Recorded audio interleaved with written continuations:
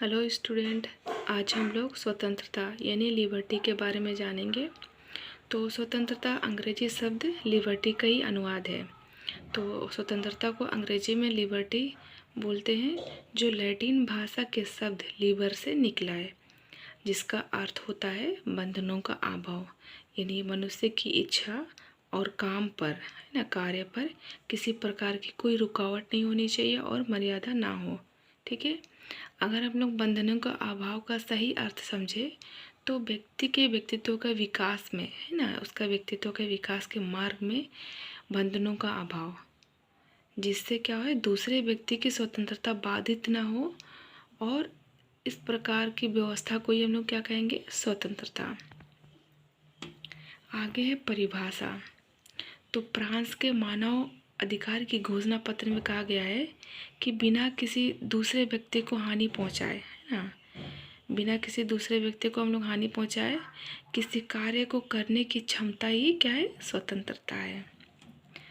Suspensor के अनुसार स्वतंत्रता अपनी इच्छा अनुसार किसी कार्य को करने की आज़ादी, है ना, मतलब हमारी जो भी इच्छा है किसी काम को करने की, तो उस काम को करने की आज़ादी, है ना, बशर्ते क्या है कि किसी अन्य व्यक्ति की समान स्वतंत्रता का हनन ना हो, है ना, उसके जो स्वतंत्रता है किसी दूसरे व्यक्ति की, हमारे काम से उसको कोई बाधित मतलब बाधा ना हो।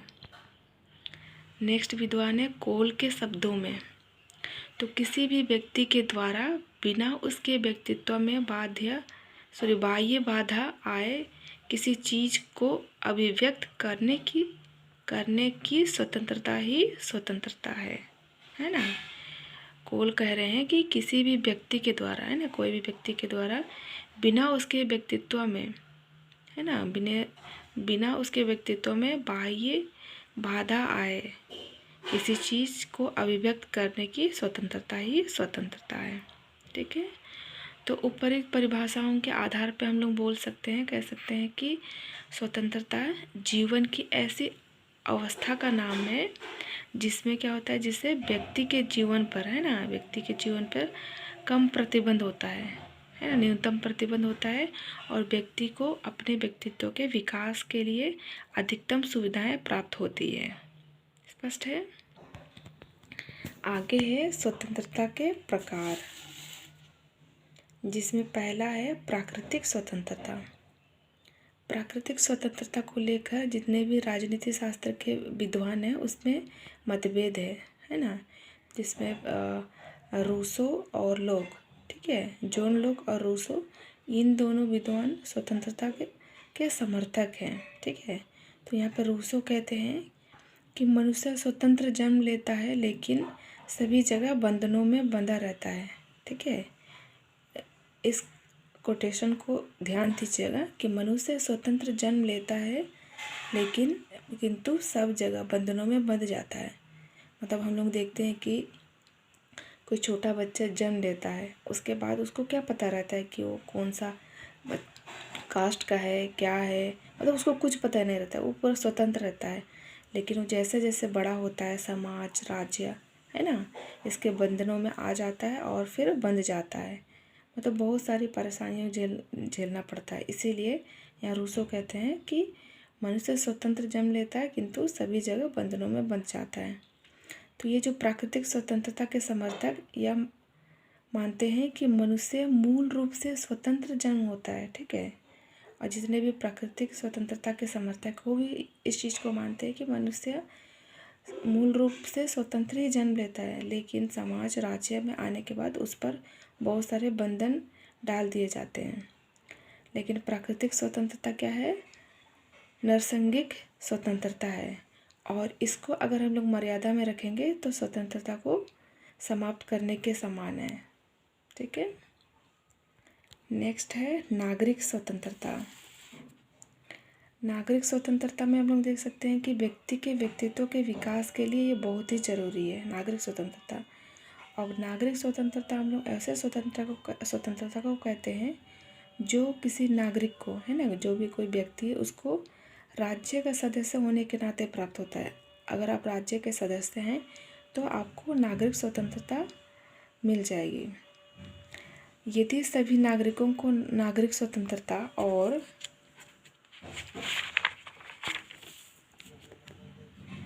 अधिकारों के उपभोग करने का अवसर प्राप्त हो तो यह नागरिक स्वतंत्रता की स्थिति है। ठीक है, सभी नागरिकों को अगर नागरिक स्वतंत्रता के अधिकारों का उपयोग करने का अवसर मिले तो सही मायने में वो नागरिक स्वतंत्रता है। ठीक है, तो नागरिक स्वतंत्रता के अंतर्गत हम लोग देख सकते हैं कि कानून के समक्ष समानता, मतलब कानून के नज़र में सभी बराबर है। कानून बनेंगे तो सबके लिए समान बनेंगे और सबके लिए समान लागू होगा। यहाँ पे मतलब अमीर गरीब ऊंच नीच बड़ा अधिकारी है पुलिस है क्या है, ये सब का कोई लेन देन नहीं। मतलब सब कोई कानून के नज़र में बराबर होंगे, है ना। कानून के समक्ष समानता मिलेगी।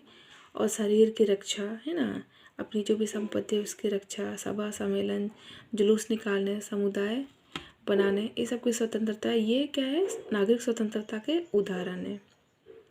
ठीक है, नेक्स्ट है राजनीतिक स्वतंत्रता। राजनीतिक स्वतंत्रता से ही आप लोगों को यह पता चल रहा होगा कि शासन व्यवस्थाएं, है ना, शासन व्यवस्था की विभिन्न प्रक्रियाओं में भाग लेने की स्वतंत्रता को ही हम लोग नागरिक राजनीतिक स्वतंत्रता बोल सकते हैं। जैसे किसी भी राजनीतिक पद को पाने, है ना, कोई भी राजनीतिक पद को हम लोग पा सकते हैं। वोट देने का स्वतंत्रता, निर्वाचन में भाग लेने की स्वतंत्रता, सरकार की आलोचना करने की स्वतंत्रता, है ना, ये सारी चीज़ें, ये सारे जो है राजनीतिक स्वतंत्रता के उदाहरण हैं। तो राजनीतिक स्वतंत्रता की अवस्था में नागरिकों को सरकार बनाने, है ना, उसको भंग करने तथा उसकी नीतियों की आलोचना करने, ये सारी चीज़ें आती है। मतलब राजनीतिक स्वतंत्रता में हम लोग खुद मतलब स्वयं लोग सरकार भी बना सकते हैं। मतलब हम लोग वोट देंगे, जो भी निर्वाचन में खड़े होंगे उसको हम लोग वोट देंगे तो हम लोग सरकार बना सकते हैं। अगर वो अच्छा से काम नहीं करेगी तो उसको हम लोग भंग भी कर सकते हैं, हटा भी सकते हैं। मतलब सारा चीज़ों का अधिकार, है ना, आपको है। अगर आप 18 वर्ष के हैं, है ना, तो आप वोट दे सकते हैं। अगर 18 वर्ष के नहीं हैं, पागल हैं, तभी आपको उस वोट से वंचित रखा जाएगा, अन्यथा आप वोट दे सकते हैं। ठीक है, तो ये सारी चीज़ें राजनीतिक स्वतंत्रता के अंतर्गत आती है। नेक्स्ट है आर्थिक स्वतंत्रता। आर्थिक स्वतंत्रता का अर्थ होता है कि सभी व्यक्तियों की अनिवार्य आवश्यकताओं की संतुष्टि और गंभीर आर्थिक विषमताओं का अंत है। ठीक है, मतलब सभी व्यक्तियों की अनिवार्य आवश्यकताएं, मतलब जितने भी व्यक्ति उनकी ज़रूरी मतलब बहुत ज़रूरी आवश्यकताओं उनकी संतुष्टि और गंभीर आर्थिक विषमताओं का अंत है।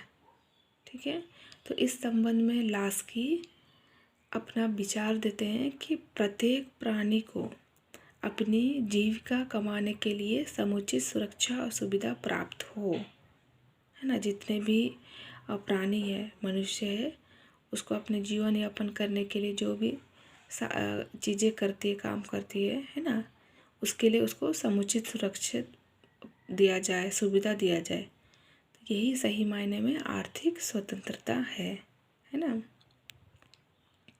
नेक्स्ट है राजनीतिक स्वतंत्रता, राष्ट्रीय स्वतंत्रता। राष्ट्रीय स्वतंत्रता का मतलब होता है कि प्रत्येक देश की स्वतंत्रता ही है ना। राष्ट्रीय स्वतंत्रता ये प्रत्येक देश की है और यह प्रत्येक देश का विदेश आधिपत्य से मुक्ति का अधिकार है।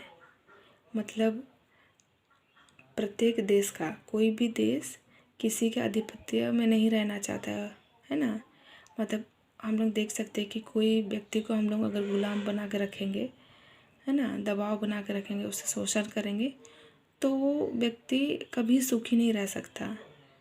अतः वह स्वतंत्र होने के लिए हमेशा संघर्ष करेगा, है ना, क्योंकि अपने मन चाहे वो काम कभी कर नहीं पाएगा।